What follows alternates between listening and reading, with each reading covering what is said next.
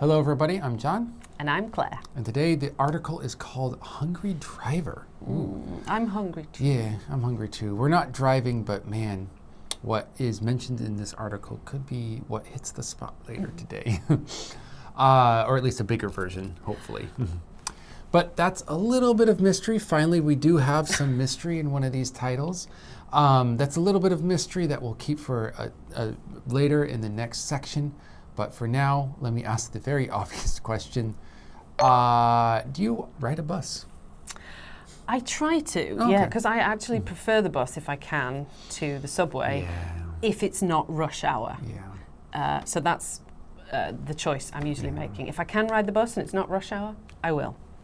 Yeah, I kind of second that. If I can ride the bus, I definitely will. It's much more beautiful to see outdoors than it is to be trapped in a tube. Now, the question I've been waiting for. Let's see if you have any juicy ones for us. Have you ever seen a bus driver behaving unusually? I've lived in Korea a really long time and only once, but it was such a hilarious and wonderful story. I've got to tell you quickly. It was the middle of the day. I used to do the split shift. It was my very first year at Pagoda, the Sinchon to Jongno bus route. Middle of the day, not too busy. But as the bus was passing an intersection, a car completely ignored the traffic lights and just pulled out into the road and hit the side of the bus. The whole bus, shook to the side. It wasn't. You were in there. I was in the bus. Nobody seemed seriously injured, but the bus driver was so angry. Obviously, the bus stopped immediately. He opened the door, he got out, he marched all the way around the bus. The guy was just getting out of the car. The bus driver punches him in the face.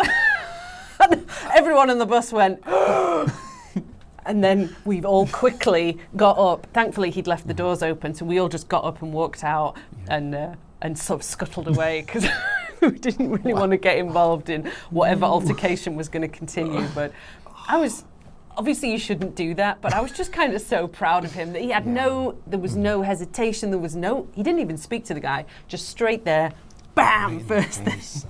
It was amazing. And just the way the entire bus was audibly shocked. It was a hilarious moment. And I love telling that story. Gosh. Oh, that is actually a good one. Yeah. That is the craziest thing I've heard of with bus driving. No one was expecting that. I've heard of bus drivers swearing a lot and blah, blah, blah. But, man, I wish there was TikTok back in that day. Yeah, if only someone had been filming. But I almost don't want him to get into trouble, even though he should have done that, but at the same time, provided very quality entertainment for everyone on the bus. Yes, he relieved the tension. We were all a bit terrified, but then we had to have a good laugh instead. Wow. Well, that was quite the story. Man, I'm glad I waited for that. Anyway, so let's go ahead and check out the whole article. Unfortunately, there's not going to be anything that crazy and awesome in the next part. But if you don't have time because, I don't know, maybe you have to drive somewhere, or maybe you get a little bit of sickness on the bus, you can read the summary instead. And we'll see you next section. Hungry driver. Late-night bus riders were surprised to see their driver eating a bowl of instant noodles at the wheel recently.